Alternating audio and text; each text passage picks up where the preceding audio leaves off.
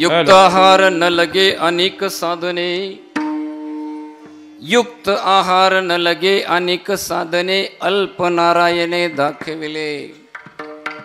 कलियुगा माझे करावे कीर्तन, तेने नारायण देईल भेटी. न लगे लौकिक, न लगे लौकिक सांडावा व्यवहार, घ्यावे वनांतर भस्मदंड. कलियुगा माझे करावे कीर्तन, तेने नारायण देईल भेटी.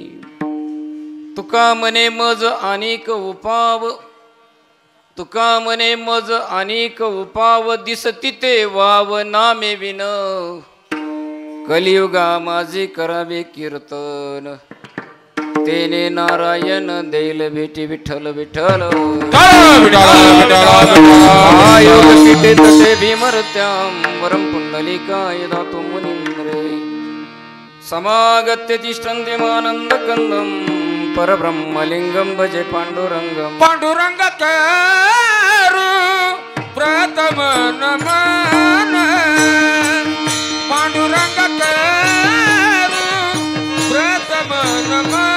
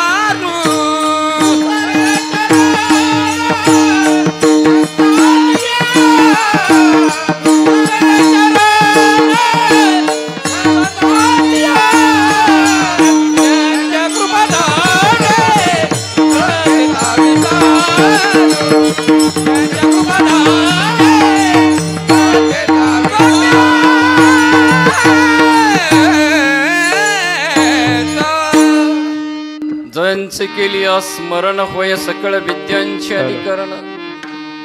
तेची वंदो श्री चरण श्री गुरूंचे ते नमस्कारोनी आता. ओम नमो ज्ञानेश्वरा, करुणा करा दयाळा, तुमचा अनुग्रह लादलो. पावन झालो चराचरी, श्री गुरुचरण सरोज रज निज मन मुकुर सुधारी. बरणौ रघुबीर जमवर्णसु ओ दायको फलचारी. विठ्ठल विठ्ठल विठ्ठल विठ्ठल विठ्ठल विठ्ठल विठ्ठल विठ्ठल विठ्ठल विठ्ठल विठ्ठल विठ्ठल. युक्त आहार न लगे अनेक साधने, अल्प नारायणे दाखविले. कलियुगा माझे करावे कीर्तन, तेने नारायण देईल भेटी. बारामती तालुक्यातील असणारे हे सुप्रसिद्ध अशा प्रकारचं देवस्थान सोमेश्वर मंदिर. चालू असणारा जगद्गुरु तुकोबा यांचा गाथा पारायण सोहळा, त्रिशतकोत्तर अशा प्रकारचा तुकोबरायांचा असणारं वैकुंठ गमन. यामध्ये प्रथमतःच या मंदिरामध्ये चालू केलेला हा गाथा पारायण सोहळा असेल. वर्ष पहिले आणि पहिल्याच दिवसाची असणारी कीर्तनरूपी सेवा. कीर्तनरूपी पुष्प तुम्हा सर्व भाविकांच्या चरणावर गुंफण्याकरता निवडलेला अभंग. जगद्वंदनीय जगद्गुरु देहूचे श्रीमंत साधू तुकोबा यांचा 4 चरणांचा अभंग. कलियुगातील माणसाला भगवान परमात्म्याच्या प्राप्तीचा उपाय सांगणारा विठ्ठल विठ्ठल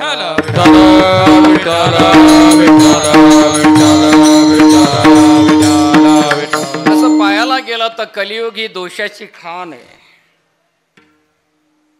कली न गडे कीर्तन, कलियुगी दोषाची खाण आहे. कलियुगामध्ये कुठल्याही प्रकारची साधना करायला गेलं तरी ती साधना पूर्णतेच्या दिशेने जात नाहीये. पण तरी सुद्धा तुकोबरायांनी या कलियुगामध्ये त्या भगवान परमात्म्याच्या प्राप्तीचा एक छोटासा अशा प्रकारचा मार्ग सांगितलाय. कलियुगातल्या माणसाने दुसरी कुठल्याच प्रकारची साधने करू नयेत. काय करावं? कलियुगातल्या माणसाने कीर्तन करावं. कलियुगा माझी करावे कीर्तन. काय होईल? महाराज उत्तर देतात, तेने नारायण देईल भेटी. पण यासाठी म्हणून एक छोटीशी अट घातली पहिल्या चरणामध्ये. काय करावं लागेल? यासाठी तुम्हाला युक्त आहार, योग्य अशा प्रकारचा आहार सेवन करावा लागेल. युक्त आहार, न लगे अनेक साधने. बाकीची साधने करायची मग गरज नाही. योग्य अशा प्रकारचा आहार घेतला, सात्विक अशा प्रकारचा आहार घेतला की बुद्धी सात्विक होणार आहे. आणि ज्या बाजूला परमार्थ चालू आहे, कानावर आवाज आला की आपली पावले त्या बाजूला आपोआप पडणार आहेत. त्यामुळे युक्त आहार, न लगे अनेक साधने, हा सोपा अशा प्रकारचा मार्ग अल्प नारायणे दाखविले. या कलियुगामध्ये परमार्थ या क्षेत्रामध्ये तुकोबराय सांगतात, न लगे लौकिक. लौकिक करत बसण्याचीच गरज नाही. कोणताही भगवान परमात्मा, भगवान विष्णू असू द्यात, भगवान भोले शंकर असू द्यात, तुमच्या लौकिकाला भाळतो. न लगे लौकिक तुकोबराय सांगतात. संडावा व्यवहार, प्रपंच सोडून द्यायचा, संसार सोडून द्यायचा आणि वनांतराला निघून जायचं. घ्यावे वनांतर भस्मदंड. त्या ठिकाणी जाऊन साधना करायची. आणि असंच असतं तर तुकोबरायांनी असं म्हटलंही नसतं, सुखे येतो घरा. नाही जावं लागत वनांतराला, तुकोबराय सांगतात. ही सगळी साधने जरी असली तरी तुकोबराय सांगतात अनेक उपाय. तुका म्हणे मज अनेक उपाव, अनेक उपाय आहेत कलियुगामध्ये. पण भगवान परमात्म्याच्या प्राप्तीचं साधन सांगत असताना तुकोबराय सांगतात, नामासारखं सोपं दुसरं अशा प्रकारचं साधन मला दिसत नाही. विठ्ठल विठ्ठल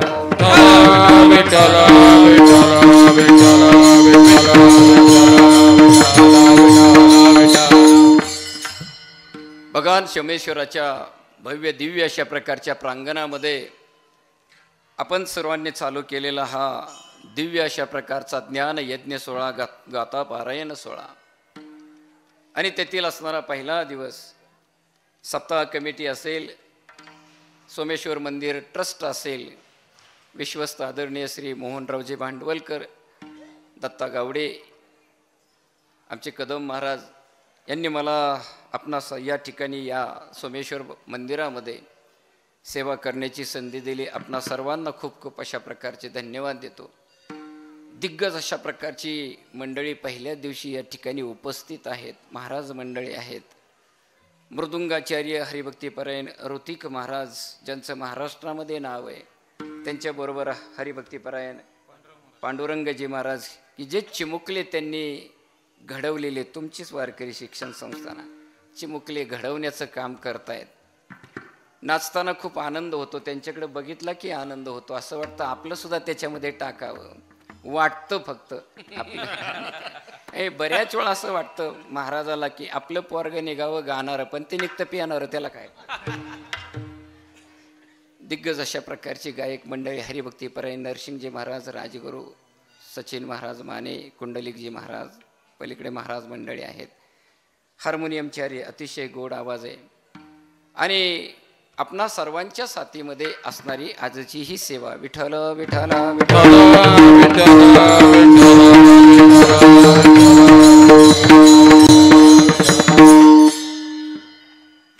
भगवान शिव हे एक फार मोठा अशा प्रकारचं अनाकलनीय तत्व आहे.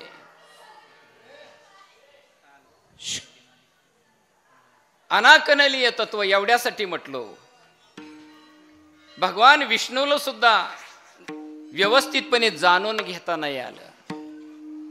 भगवान ब्रह्मदेवांना सुद्धा ते तत्व नाही व्यवस्थितपणे कळालं. प्रयत्न तर दोघांनीही केला. नेमकं श्रेष्ठ कोण, आमच्यामध्ये श्रेष्ठ कोण? जेव्हा भगवान विष्णू आणि भगवान ब्रह्मदेव एकत्र आले आणि चर्चा करत असताना दोघांच्या मध्ये सहज वादाची पडलेली ठिणगी. मी श्रेष्ठ आहे भगवान विष्णू म्हणतात. ब्रह्मदेव सांगतात जगाची उत्पत्ती करण्याचं काम करतो. कुत्र्याचा पाय मांजराला, मांजराचा कुत्र्याला असं कधीच होत नाही. हत्तीला हत्तीचा डोळा, चिलटाचा डोळा त्या ठिकाणी लागत नाही. म्हणजे ज्याला त्याला जे ते अवयव ज्या त्या ठिकाणी बसवण्याचं काम, लावण्याचं काम माझ्या कंपनीमध्ये, माझ्या कारखान्यात तयार होतं. मी श्रेष्ठ आहे. मग या दोघांच्या मधला वाद जेव्हा विकोपाला जातोय, भगवान परमात्म्यापर्यंत जेव्हा हा वाद येतोय आणि त्या शिवतत्वाच्या पासून एक अलौकिक अशा प्रकारची शक्ती भगवान परमात्म्याने निर्माण केली, तिचं नाव भैरवनाथ. आणि त्या भैरवनाथाला सांगितलं जा, यांचं दोघांचंही समाधान झालेलं नाही. आणि जेव्हा भैरवनाथाची भेट होते, भगवान भैरवनाथ सांगतात की तुम्हा दोघांच्या पैकी कोण श्रेष्ठ, अशा प्रकारचा वाद आहे ना तुमच्यामध्ये. मग तुम्ही एक काम करा.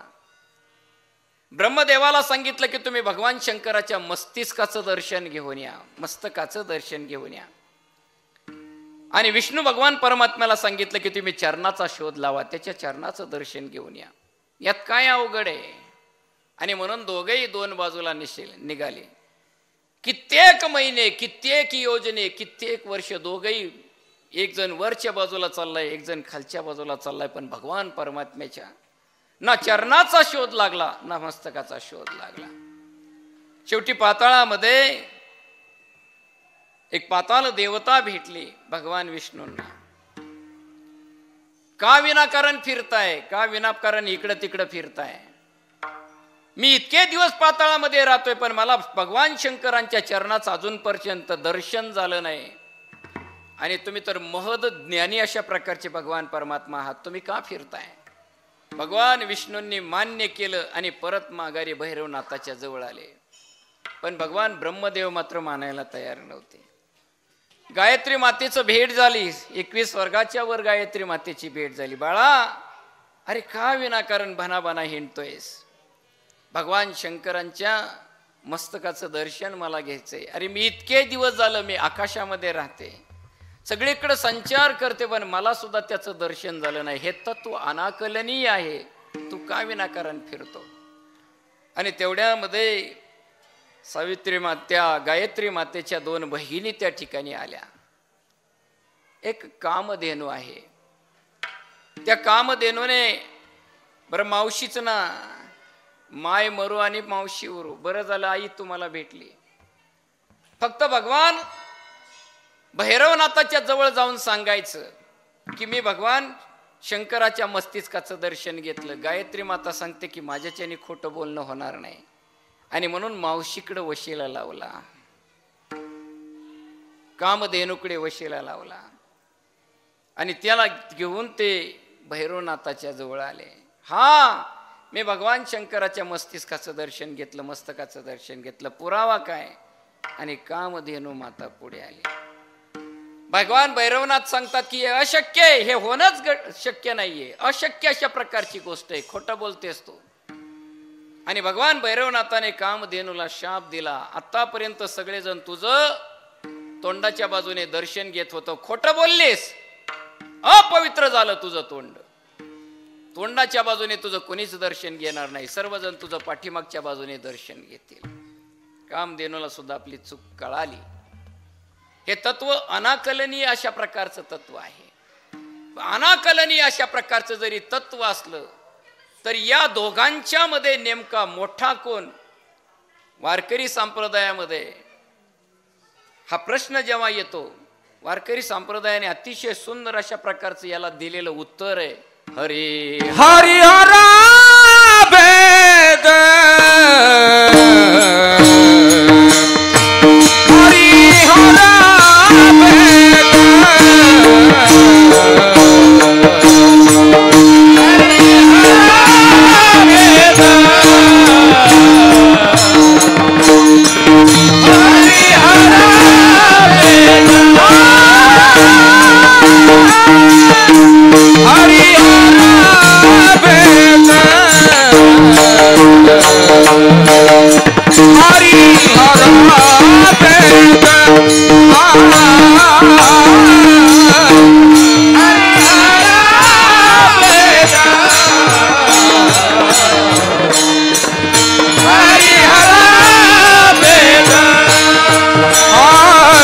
नाही नका करुवाद नाही नका करुवाद नाही नका करुवाद नाही नका करुवाद नाही नका करुवाद नाही नका करुवाद एक थोडी साखरेच्या ठाई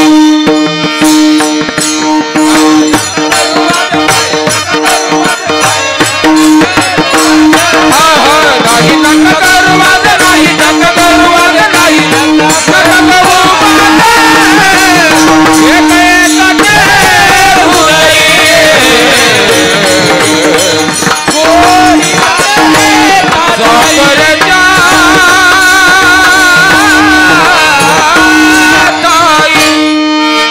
एक उत्तर देतात विनाकारण याच्यामध्ये भेद करू नका. गोडी साखरेच्या ठाई कोणत्याही बाजूने जरी चाकली तरी गोडच लागते साखर. दोन अंग आहेत, जरी उजवा असलं आणि डावं असलं तरी अंग शेवटी ते एकच आहे. दोन्ही भगवान परमात्म्याचं वर्णन करत असताना महाराज सांगतात, बरं यांच्यामध्ये आणखीनही थोडस पुढे जाऊया. कोण श्रेष्ठ असा जर प्रश्न विचारला गेला, भगवान शंकर श्रेष्ठ, भगवान विष्णू श्रेष्ठ, नेमकं कोण श्रेष्ठ पाहायला गेलं तर हरिपटामध्ये ज्ञानोबराय वर्णन करतात. भगवान शंकर तर रात्रंदिवस चिंतन करतायत. देवादिदेव सर्वात मोठे महादेव आहेत आणि रात्रंदिवस ते चिंतन करतात. मग देव जर महादेव मोठे आहेत तर ते जर चिंतन करत असतील तर ते सुद्धा कुणाचं तरी चिंतन करतायत ना. याचा अर्थ त्यांच्यापेक्षा मोठं कोण?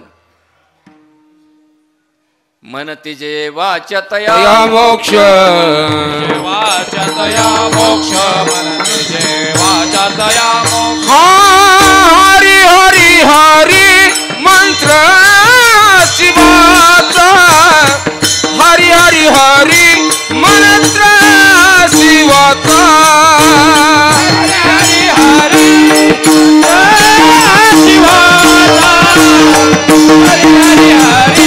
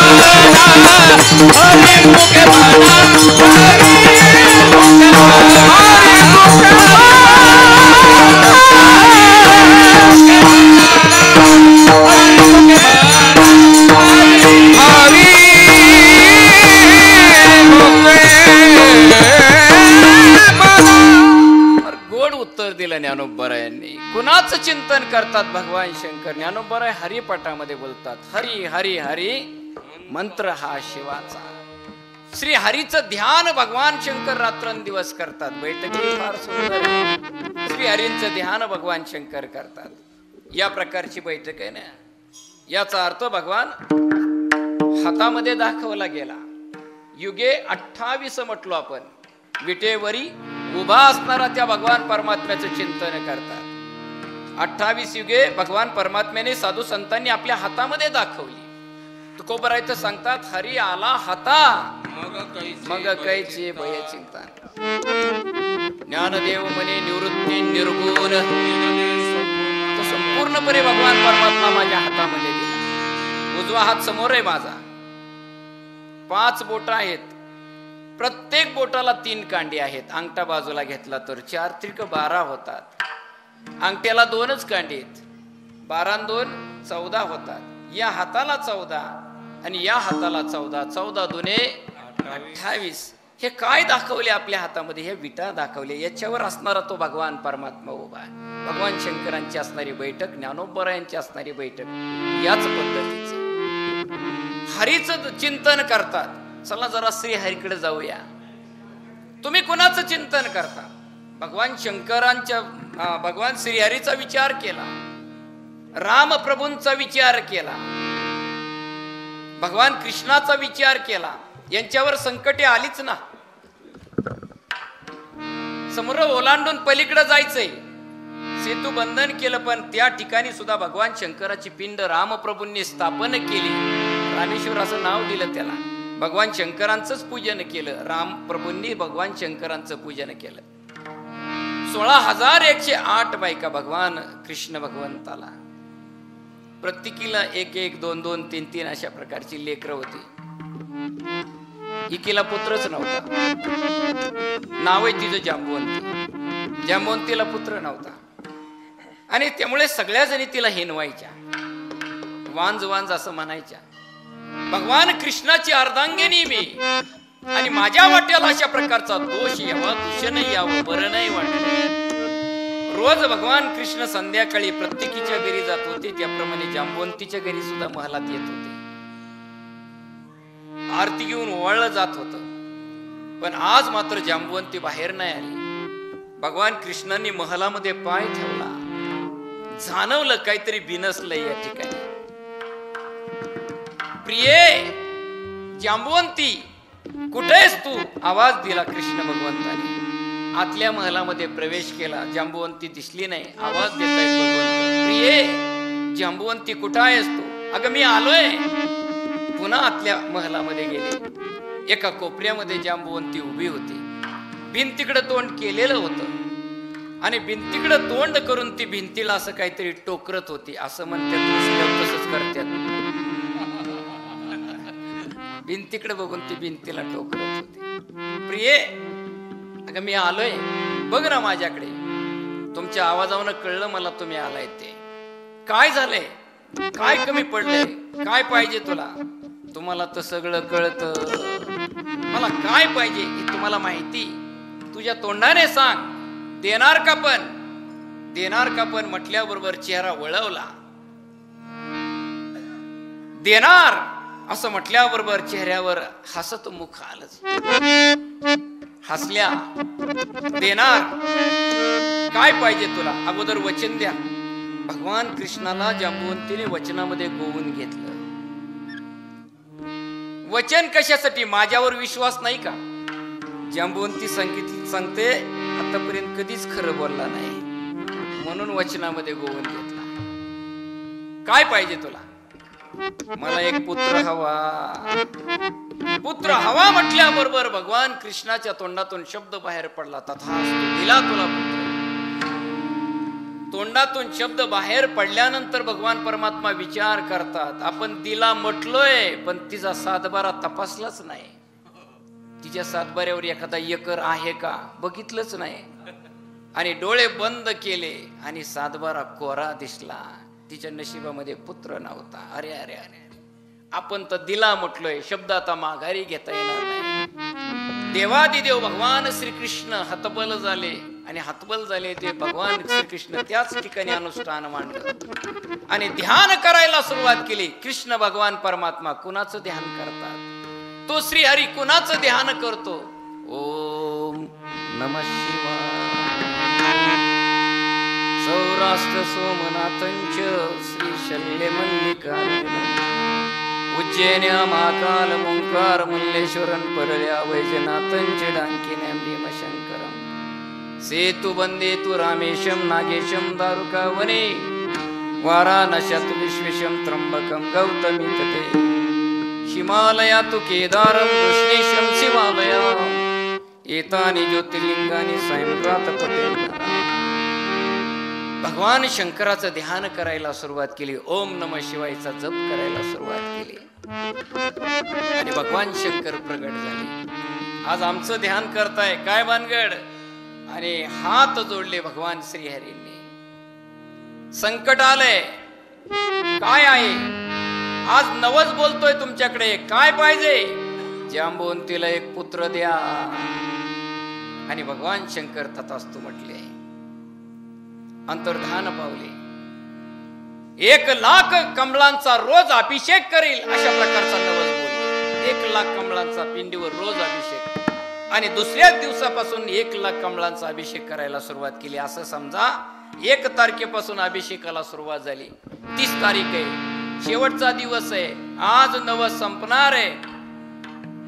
1,00,000 कमळांपैकी 1 कमळ भगवान शंकरांनी लुप्त केलं. देवाने देवाची परीक्षा बघितली. आपली तर बघत असेल, यामध्ये काय शंका आहे? देव देवाची परीक्षा पाहतो. 1 कमळ लुप्त झालं. 99,999 कमळे. 1 कमळ कमी पडलं. टाळी वाजवली कृष्णाने. सेवक पळत आले आणि 1 बोट वर केलं. सगळे सरोवराकडे धावले. तिथेही भगवान शंकरांनी आपली माया अंतरली. एकही कमळ सेवकाला दिसू दिलं नाही. सेवक माघारी आले. खाली मान घातलेली भगवान कृष्णाने ओळखलं. एकही कमळ मिळालेलं दिसत नाहीये. माझा नवस अपूर्ण राहतोय. आणि म्हणून भगवान कृष्णाने आपल्या उजव्या डोळ्यामध्ये खसकन बोट घातली आणि उजवा डोळा बाहेर ओढून काढला. याला नेत्र कमळ म्हणतात. हे नेत्र कमळ भगवान कृष्णांनी त्या भगवान शंकरांच्या पिंडीवर वाहिलं. आणि भगवान शंकर प्रसन्न झाले. देवाने देवाची परीक्षा पाहिली. होता तसा डोळा झाला. आणि तथास्तु म्हटले. बस इथपर्यंतचे. तो पुढे जांबवंतीला दिवस गेले. सांब नावाचा मुलगा, त्याचं नाव ठेवलं गेलं. इथपर्यंत आपल्याला पुरेसं आहे. जेव्हा भगवान कृष्णांवर संकट आलं तेव्हा भगवान शंकराचा दावा केलेला दिसून येतो. आणि भगवान शंकर तर रात्रंदिवस त्याच बाबाचं चिंतन करतात. विठ्ठल विठ्ठल.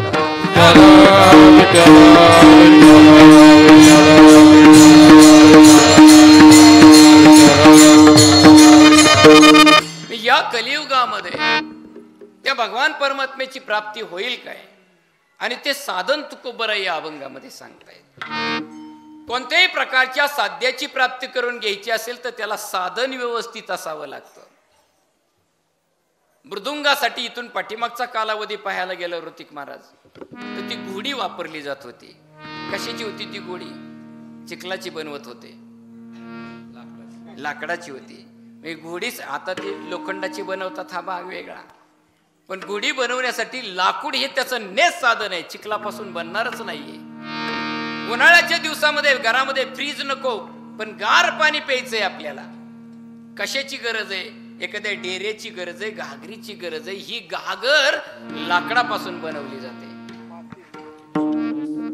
घागर लाकडापासून बनवली जाते. घागर मातीपासून बनवली जाते. ज्याचं जे नेस साधन आहे ते साधन त्याची त्याला दिलं की ते साध्य आपणाला प्राप्त होत असतं. मग तो भगवान परमात्मा प्राप्त करून घ्यायचा आहे. त्याचं प्राप्तीचं साधन काय नेमकं? तसं पाहायला गेलं तर अनेक साधने आपणासाठी सांगितली. या मार्गाने त्या भगवंताची प्राप्ती होते.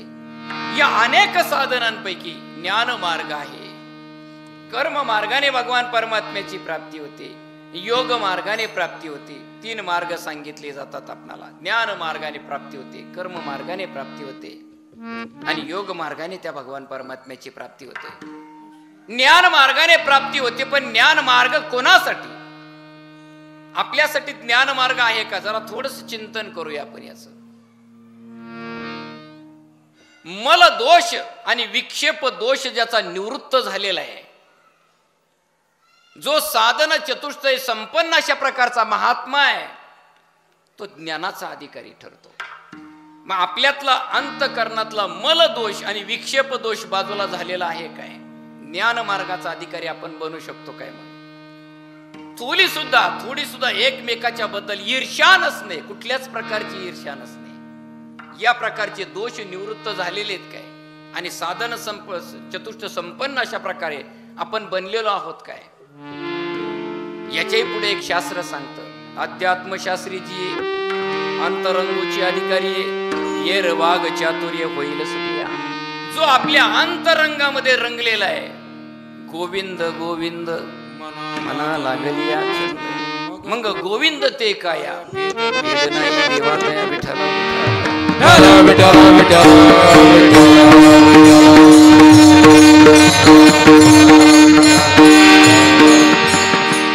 आणि ज्ञान मार्गाविषयी बोलत असताना आणखीन एक गोष्ट याच्यामध्ये सांगितली जाते. थोडस जरी आज कलियुगामध्ये माणसाला ज्ञान आलं ना, थोडं जरी ज्ञान आलं, ज्ञानोबरायांनी तर 750 वर्षापूर्वी आपल्याला ते सांगून ठेवलं. नवल अहंकाराची गोटी विशेष न लगे सज्ञानाचे झोंबे कंठी नाना संकटे नाचे. ज्ञानाच्या ठिकाणी अहंकार येतो आणि अहंकार हा अतिशय मारक आहे, अतिशय मारक आहे अहंकार हा. ज्ञान उपयुक्तच आहे. 4थ्या अध्यायामध्ये बोलत असताना ज्ञानोबराय सांगतात, नाही ज्ञानेन सदृशम पवित्र मेह विद्यते. अर्जुना, ज्ञानासारखी पवित्र अशा प्रकारची दुसरी गोष्ट या जगतामध्ये दुसरी कोणतीच नाहीये. आणि म्हणून अर्जुनाने विचारलं होतं, मग ते ज्ञान प्राप्तीचा मार्ग मला सांगा ना. गोड बोलले भगवान परमात्मा, तद्विद्धी प्रणिपातेन परिप्रश्नेन श्रवणेन उपदेशन्ति ते ज्ञानम नानी नसतात. सगळ्यांना साधूच्या घरी जाता येणार नाही, तिथं राहता येणार नाही. ते विचारतील काय पाहिजे, तेव्हा आपण सांगणार मला ज्ञान पाहिजे. पण आज 4 दिवस म्हटलं एखाद्या पाहुण्याच्या घरी जाऊन राहावं तर राहता येत नाही. वारकरी सोडले, विनेकरी सोडले तर विठ्ठल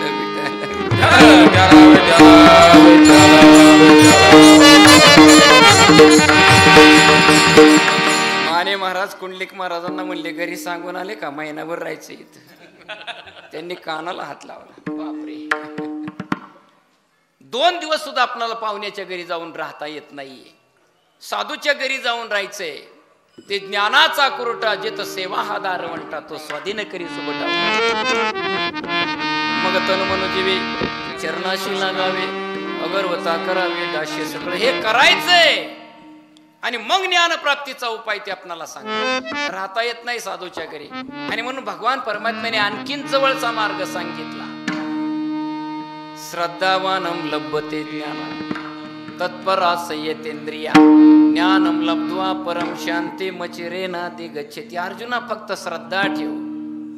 श्रद्धावान मनुष्याला ज्ञानाची प्राप्ती होते. तत्परा असला पाहिजे, परंतु तो तत्पर असला पाहिजे. संयतेंद्रिया, ज्याने आपल्या इंद्रियांना जिंकलेला आहे, अशा प्रकारचा महात्मा. मग आजच्या कलियुगाचा विचार केला तर ही गोष्ट आणखीनच अवघड आहे. ज्ञान मार्गाने भगवान परमात्म्याची प्राप्ती होते, पण मार्ग अवघड आहे. आपण त्याचे अधिकारी नाही, आपल्यासाठी तो मार्ग नाही.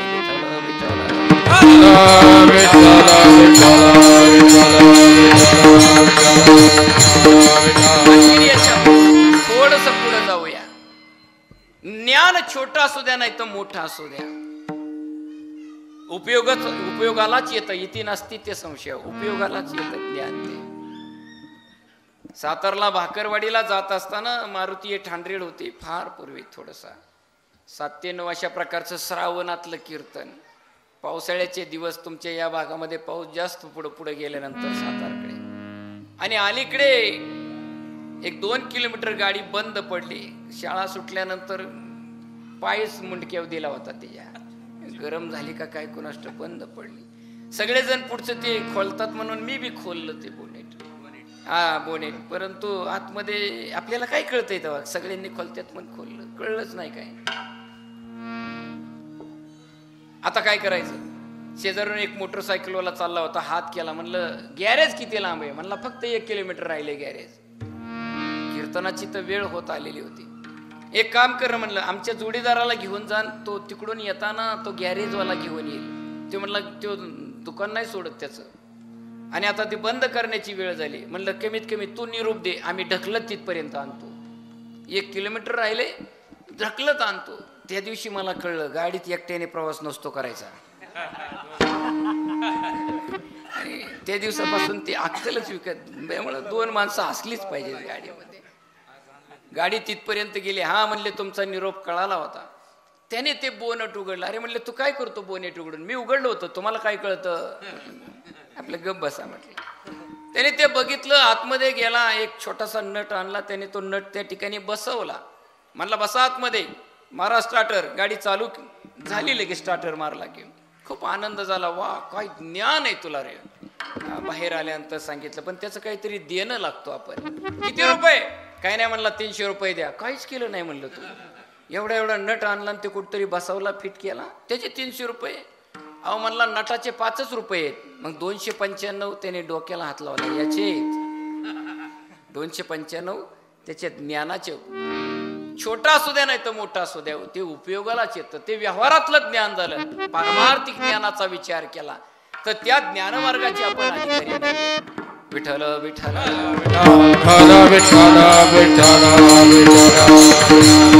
कर्म मार्गाचा विचार करूया. कर्म मार्ग अतिशय सूक्ष्म आहे. कर्म मार्ग हा अतिशय सूक्ष्म आहे. कर्म मार्गामध्ये भगवान परमात्म्याची कर्म मार्गाने प्राप्ती होती, पण यामध्ये मंत्रांचं उच्चारण करावं लागतं. आणि आताच्या कलियुगाच्या कालावधीमध्ये मंत्र आपल्याकडून स्पष्टपणे शुद्ध अशा प्रकारचा उच्चारला जाईल म्हणून सांगता येत नाही. आणि यामध्ये गोष्ट अशा प्रकारची सांगितलेली आहे, मंत्र जर थोडा जरी चुकला, मंत्र जळे तोडा तरी धडची होय वेडा, तरी धडची होय वेडा, तरी धडची होय वेडा.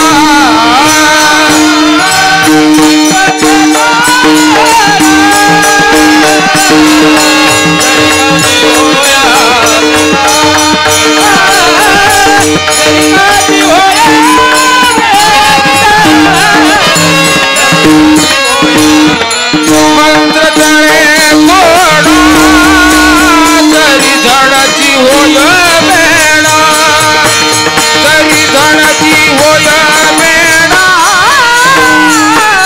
तरी धडची होय वेडा.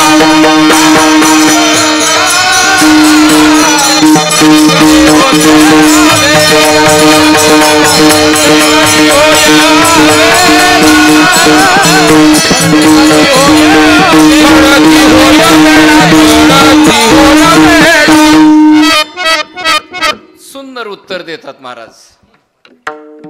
मंत्र पठन करायचंय. अनेक जण गायत्री मंत्राचं पठन करतात, पण शुद्ध अशा पद्धतीने उच्चार नाही झाला तर त्याचे परिणामही वेगळ्या पद्धतीने भोगावे लागतात. ओम भूर्भुवः स्वः तत्सवितुर्वरेण्यं भर्गो देवस्य धीमहि धियो यो न प्रचोदयात्. मंत्र चळे थोडा जरी मंत्र चुकला, रस्व दीर्घ हे जर चुकलं तर महाराज सांगतात की त्याला वेड लागतं. कर्म मार्ग अतिशय सूक्ष्म आहे. आपल्याच्याने तशा पद्धतीने पठन होईल, मंत्रांचं उच्चारण होईल म्हणून सांगता येत नाही. कर्म मार्ग हा सूक्ष्म आहे. आपल्यासाठी आपण कर्म मार्गाचे अधिकारी नाही. विठ्ठल विठ्ठल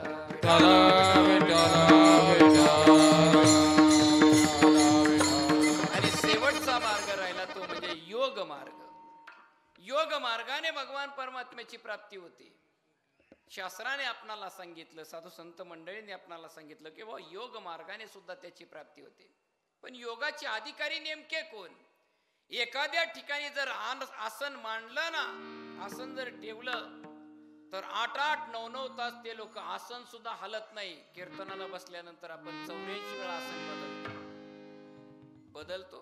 मांडी खालीवर मांडी खालीवर सारखी करतो. पायाला मुंग्या येतात, आपण पाय झटकतो. आणि त्या योग साधना करत असताना आसन अजिबात हलवायचं नसतं. आणि म्हणून तर महाराजांनी सांगितलं की कलियुगामध्ये योग साधना करणं अतिशय कठीण अशा प्रकारची गोष्ट आहे. ज्ञानोबरायत सांगतात, योग याग विधी येणे नोय सिद्धी,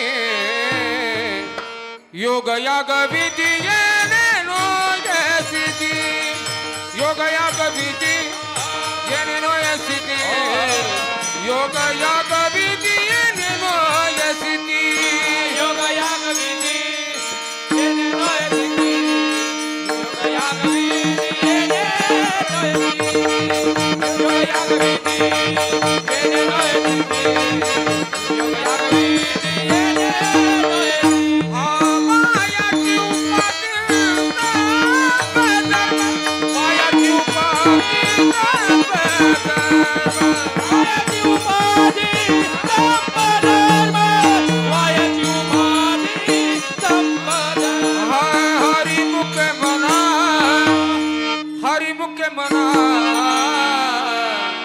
हरिमुखे म्हणा हरिमुखे म्हणा हरिमुखे म्हणा हरिमुखे म्हणा हरिमुखे म्हणा हरिमुखे म्हणा हरिमुखे म्हणा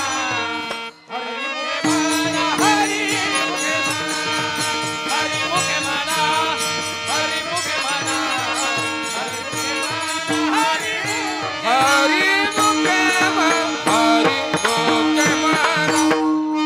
ज्ञानोबांनी तर सरळ सांगितलं बाबा या मार्गाने सिद्धी प्राप्त होईल योग याग विधी येणे नव्हे सिद्धी उपाधी हा शब्द वापरला ज्ञानोबांनी अरे उपाधी आणि उपाधीमध्ये दुःख आहे इति नास्ति ते संशय उपाधीमध्ये दुःख आहे त्या मार्गाला जाऊ नका कुंभक करायचा पूरक करायचा रेचक करायचा ते सुद्धा काही सेकंदावरच काम आहे काही मिनिटावर तो आतमध्ये घेतल्यानंतर रोखून धरायचा श्वास आतमध्ये साचून ठेवायचा नंतर काही वेळाने तो सोडायचा या सगळ्या गोष्टी एखाद्या मार्गदर्शकाच्या खाली आधिपत्याखाली गेल्याशिवाय आपणाला त्या कळत नाहीये या मार्गाने त्या भगवान परमात्म्याची प्राप्ती होते पण तरी सुद्धा महाराज सांगतात की योगाची या वाटा जे निघाले गा सोबटा तया दुःखाचाची फाटा मागू आला अरे याच्यामध्ये दुःखच प्राप्त होतं त्यामुळे महाराज सांगतात अष्टांग योगे नसिनी जे यम नियम निरोधन नकीजे रया वाचा गीत गायजे वाचा गीत गायजे सोपी अशा प्रकारची क्रिया सांगितली महाराजांनी त्यापेक्षा एक काम करा ना तुम्ही वाचा गीत गायजे का भक्तिपंत पाहायला गेलं तर अतिशय सोपं आहे भक्तिपंत बहु सोपा पुण्य ना कभिया पापा येने जाने के येने जिए का कुंडतीर बहु सोपा पुण्य ना कभिया पापा येने जाने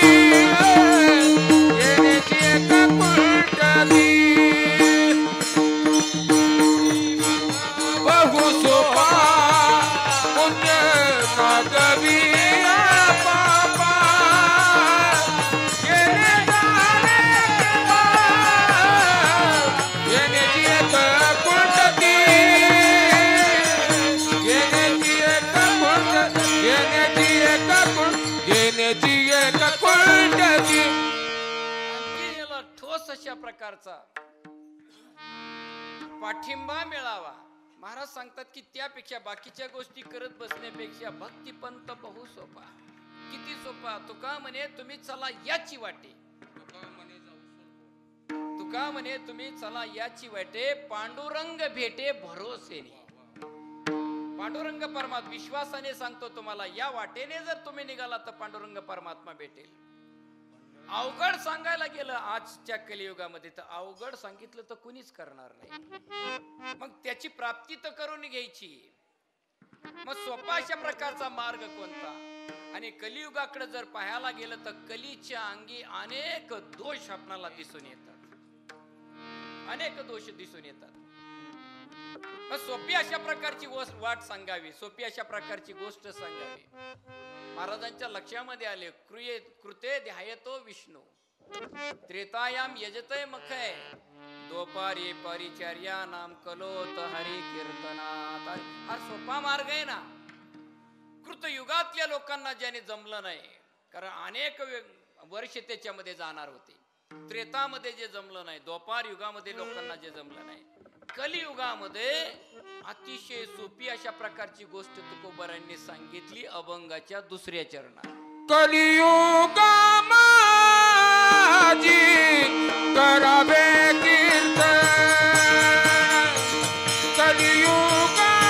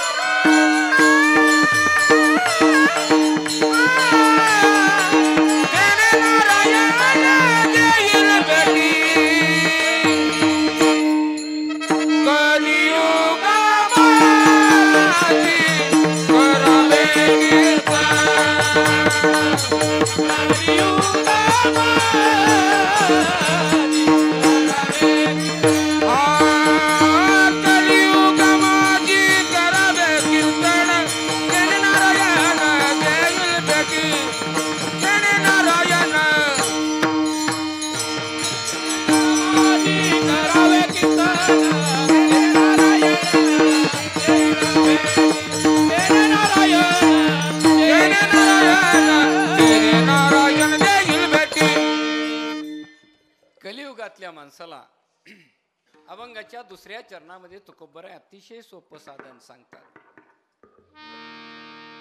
चर्चाच अशा प्रकारची केली की कली न घडे साधन, साधनच घडत नाही. पण तरी सुद्धा कलियुगामधल्या माणसाने करावे कीर्तन आणि विश्वास दिलाय तुकोबरायांनी. तेने नारायण देईल भेटी, भगवान परमात्मा भेट देईल. पण थोडासा आणखीन विचार केला, सगळ्याच गोष्टी दोषयुक्त अशा प्रकारच्या दिसतात. पूजेमध्ये कधी कधी दोष दिसून येतो.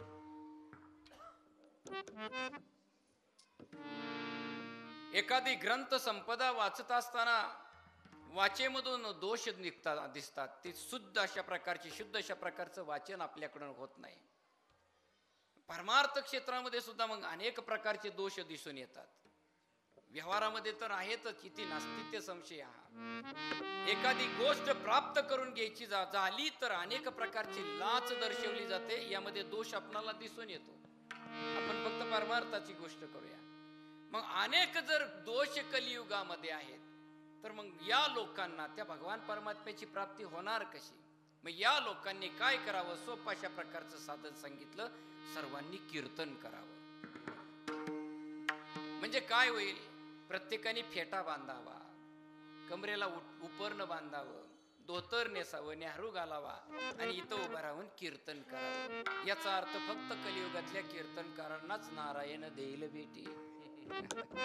तुमचं कसं काय? ऐकून ऐकून तुम्ही बेजार. सांगता येत नाही इथं उभा राहणारा देव भेट देईल म्हणून. मग कोणत्या प्रकारचं कीर्तन सांगितलं? कलियुगामध्ये महाराज सांगतात की त्या भगवान परमात्म्याच्या गुणाचं वर्णन करणे हे कीर्तनच आहे. त्याच्या रूपाचं वर्णन करणे हे कीर्तनच आहे.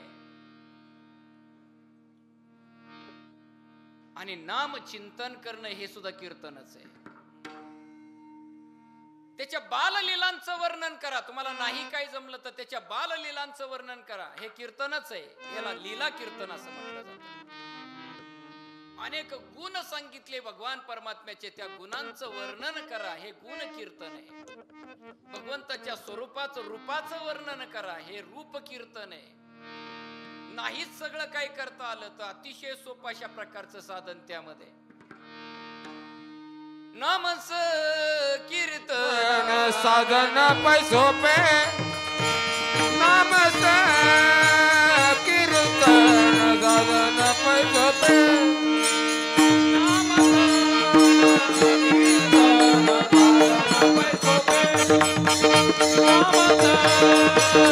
दिला ना सर्वांना अधिकार दिला ना, कुणी असू द्या, पंढरपूरचा माणूस असू द्या, मुंबईचा माणूस, खटनट यावे शुद्ध होऊन जावे. आणि कीर्तनाचं महात्म्य तर अशा प्रकारचं सांगितलं, त्या भगवान परमात्म्याला कीर्तन इतकं आवडतं की तो बाबा सुद्धा कीर्तनामध्ये नाचतो. बराडिया ऐसा बेटे कीर्तन चांग, कीर्तन चांग होय अंग हरी रूप. इतकी कीर्तनाची महती सांगितली. या कीर्तन मार्गामधून, नामंस कीर्तन या मार्गामधून आपल्याला तो भगवान परमात्मा प्राप्त होईल. म्हणून कलियुगातल्या माणसाने इतर कुठल्याही प्रकारच्या गोष्टी न करता, आणि माणसं करत नाही ती नेमकी एवढीच गोष्ट करत नाही. ज्ञानोबा आहे 12व्या अध्यायातील 12व्या श्लोकाच्या खाली पहिलीच ओवी लिहितात, अभ्यासावनी घन पार्थामग ज्ञान, ज्ञानावनी ध्यान. हे कलियुगामध्ये करता येते. विशेष अशा प्रकारचे जे पाहिजे ते करत नाही. ध्यान जरी करायचं म्हटलं, ध्यान कीर्तन जरी करायचं म्हटलं, ऋतिक घरामध्ये पोरं सोरं ध्यान करायला बसलं, पोरग इकडं मांडीव बसतंय, इकडून येतंय, डोक्याला मारतंय, चिंतन चित्ताला लागत नाही. मग काय करूया, रानात जाऊया, एखादं सुंदर झाड बघूया, सावली बघूया, तिथं आसन टाकूया आणि त्या ठिकाणी चिंतनाला बसूया. चिंतनाला बसत असताना जर आप्पा डोक्यात आलं, ह्या भागात बिबट्याची बातमी कालच वाचली मी, आता किती वेळ बसा तुम्ही चिंतनाला, होईल त्या मनाची एकाग्रता.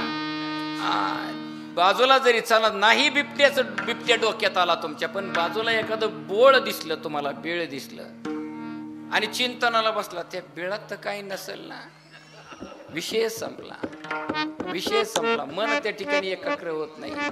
मग त्याही बाजूला जाण्यापेक्षा महाराज सांगतात, अजिबात कुठं जाऊ नका, ठाईच वैसणी करा एक चिंता. आपण चित्त एक करा, त्या भगवान परमात्म्याच्या नामाचं चिंतन करा. कलियुगातल्या माणसाने कीर्तन करावं, तेने नारायण देईल बेटी. भगवान परमात्मा भेट देईल हा विश्वास तुकोबरायांनी दिला, पण याला एक छोटीशी अट घातली. अट कोणती? पहिल्या चरणामध्ये युक्त हरण लगे आणि कसाद, युक्त हरण लगे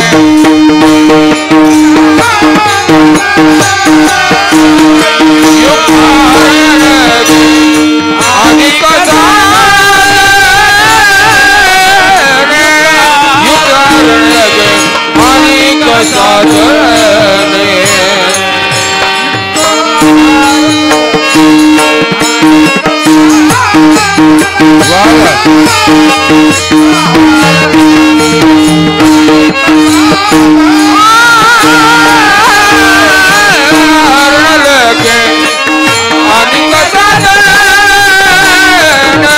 युक्त हरण लगे आणि कसाद.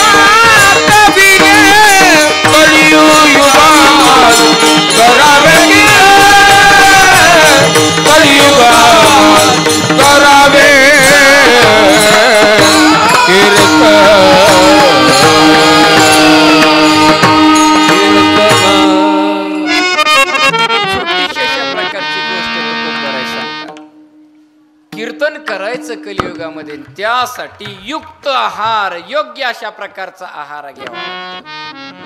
आहारा तरी सेविजे युक्तीचे नि मापे मविजे. तुम्ही जर कीर्तनाला आला आणि येत असताना घरून ढेकर येईपर्यंत जेवण करून आला आणि कीर्तनाला समोर बसा नाही तर माग बसा, काय सुंदर कीर्तन होईल, आपलं स्वतःच काय सुंदर कीर्तन होईल. आणि त्या बिचारीला तर तशा प्रकारचा वरच दिलेला आहे, तू फक्त माणसं शोध, कोण, झोप. आणि म्हणून परमार्थ या क्षेत्रामध्ये कीर्तन करायचंय, तुम्हाला नामचिंतन जरी करायचं असेल तर युक्त आहार, योग्य अशा प्रकारचा आहार घ्यावा लागतो. युक्त आहार भरपूर प्रमाणामध्ये नाही चालत या ठिकाणी. युक्त चेष्टेचे कर्मसू म्हणतात महाराज, जास्त या ठिकाणी चालत नाही. युक्त आहार न लगे, युक्त आहार विहार निर्मैंद्रिया सार हो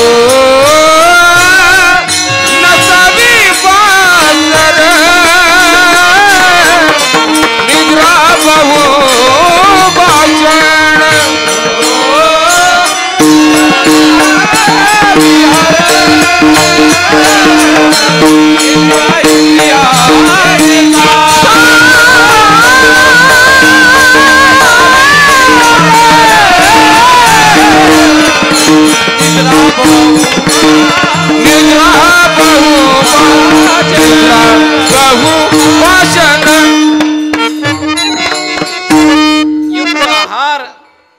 विहार सुद्धा सांगितला. नसावी बासर निद्रा बहुभाषण. या प्रकारच्या परमार्थ क्षेत्रामध्ये काही गोष्टी सांगितल्या आपल्याला. आताचा कालावधी जर पाहायला गेला, माणसं काहीच खात नाही तसं पाहायला गेलं तर. पण जरा महाराज थोडंसं पाठीमागं जर डोकवलं तर, थोडासा पाठीमागचा कालावधी जर पाहायला गेला तर असं म्हणायची लोक, सोमेश्वरची 60 आणि आमच्या देऊळगावची 8 बास.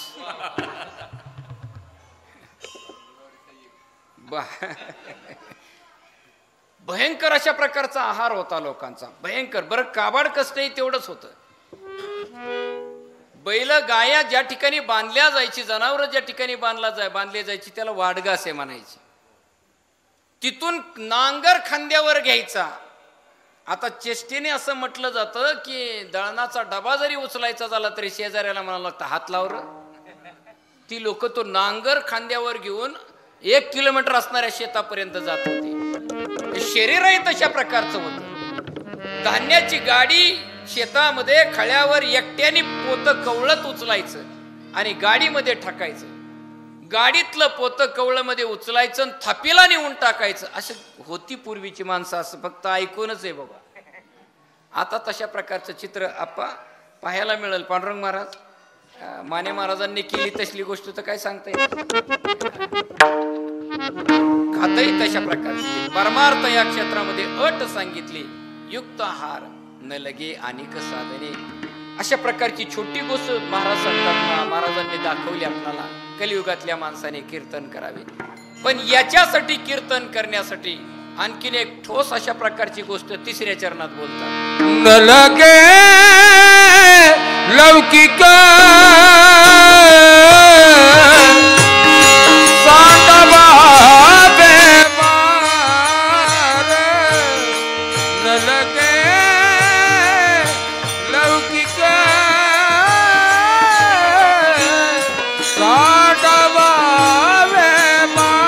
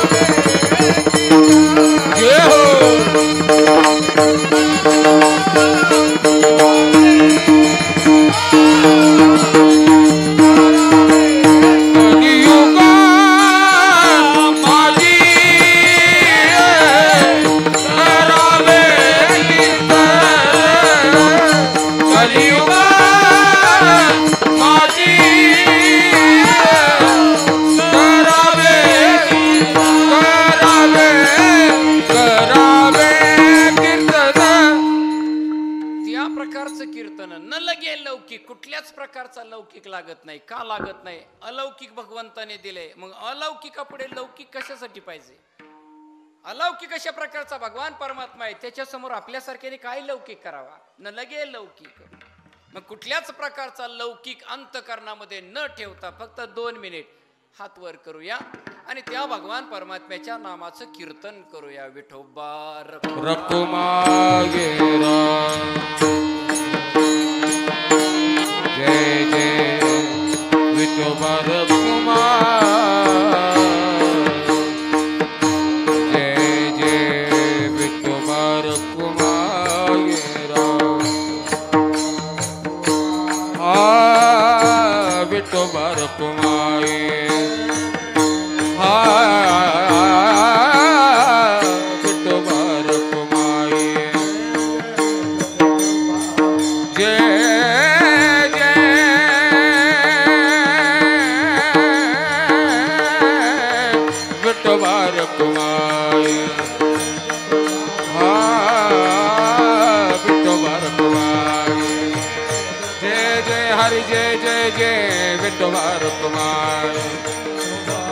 विठोबा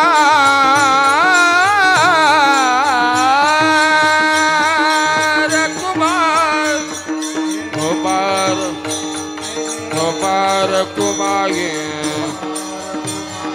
गोपाल कुमार गोपाल मंडली कमरदार श्री ज्ञानदेव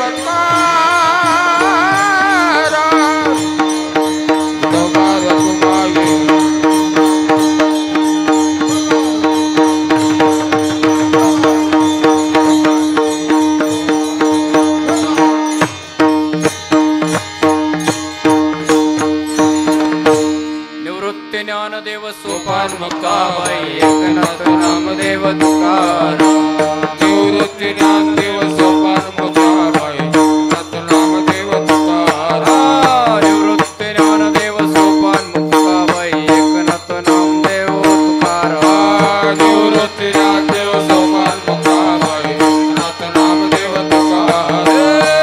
ओम नमः शिवाय बोला. ओम नमः शिवाय.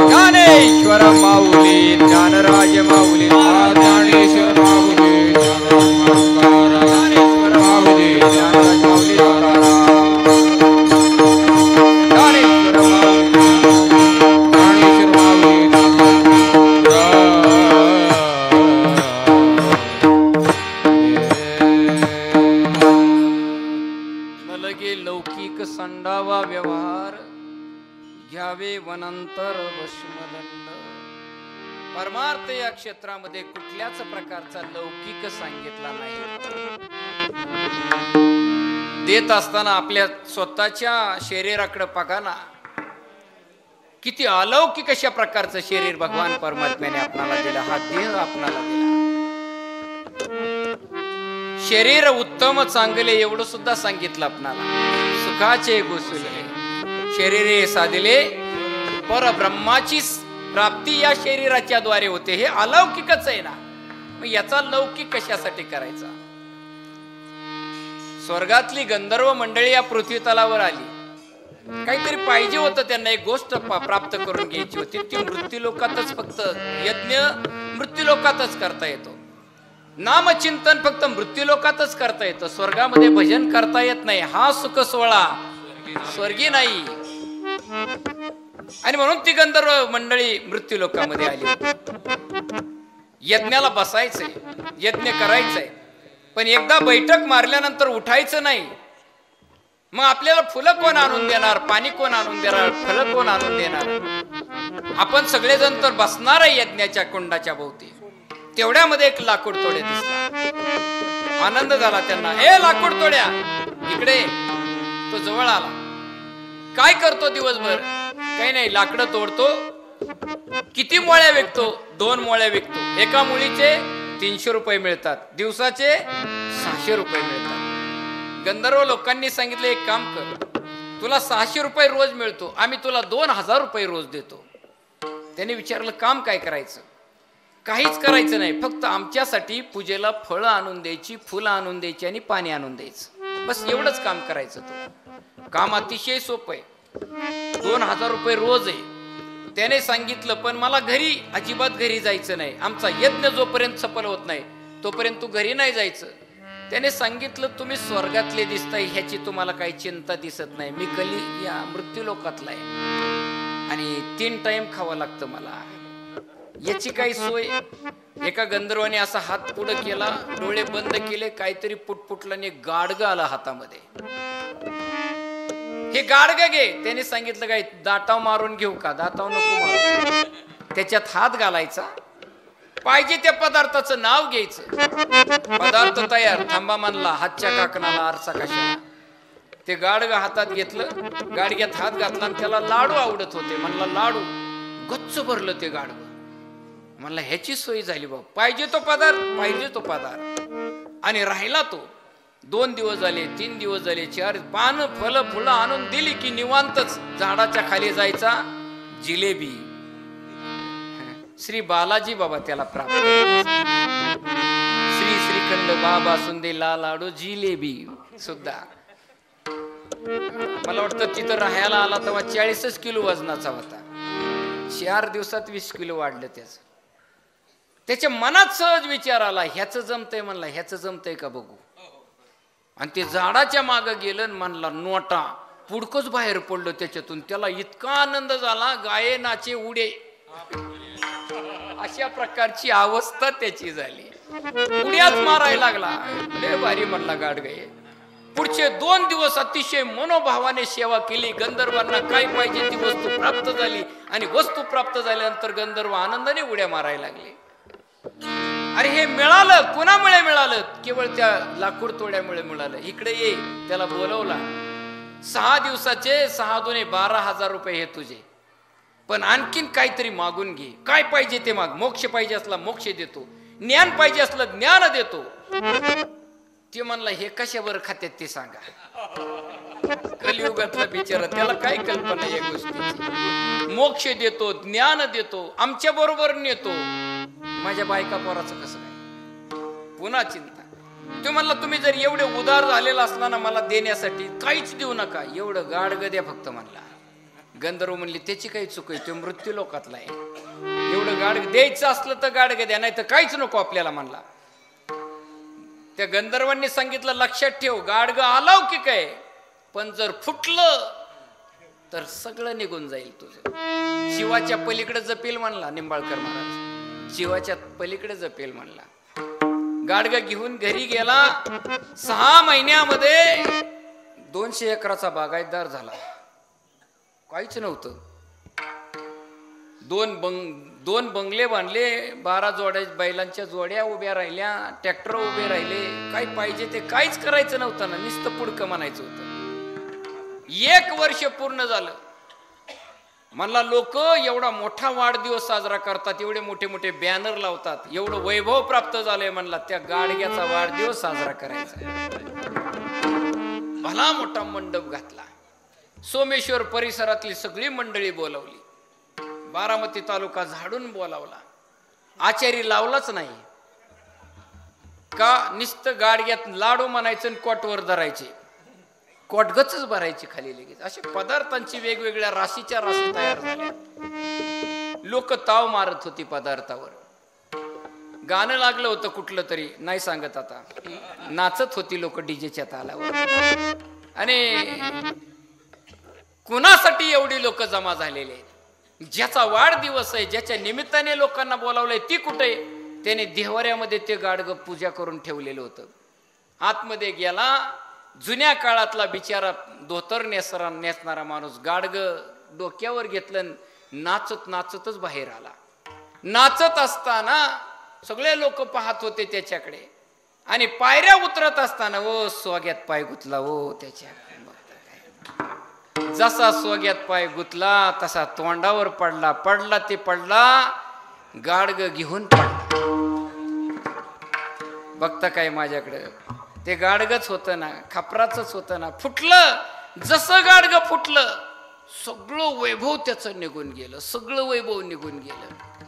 आपलं तरी काय आहे सांगा ना, गाडग फुटलं की राहिलेलं वैभव कोणाचं सांगा ना, सगळं वैभव निघून जातं. तो खूप बरं आहे सांगतात. म्हणून याचा लौकिक करत बसू नका. न लगे लौकिक, अजिबात लौकिक करायचं नाही. सांडावा व्यवहार घ्यावे वनांतर, जंगलामध्ये कुठंतरी जायचं, चिंतन करत बसायचं. हा व्यवहार करत बसू नका. एकनाथ महाराज सांगतात त्यांच्या भारुडाच्या भाषेमध्ये, हटा तटाने पटा रंगवणी जटादरी शिका शिरे, मठाची उठा ठेव का तरी. या गोष्टी करत बसू नका. तुकोब बरे सांगतात अलौकिक प्राप्त झालंय ना, मग याचा लौकिक करू नका. जे लौकिक आहे ते प्राप्त करून घेण्याचा प्रयत्न करा. मग या सगळ्या गोष्टी जर बाजूला ठेवल्या तर तुकोब बरे सांगतात भगवान परमात्मा प्राप्त होण्यासाठी मला तरी आता फक्त एकच गोष्ट दिसते, शेवटच्या चरणामध्ये. तुका मने आजाने कहू पाव, तुका मने मजाने कहू पाव.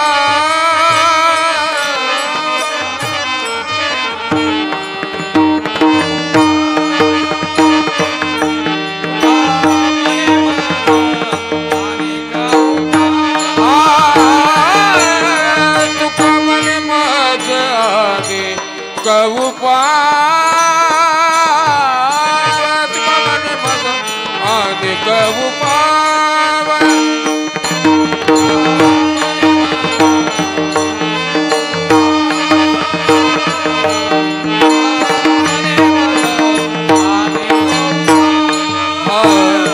दिसत ते वाव नाम देना, दिसत ते वाव नाम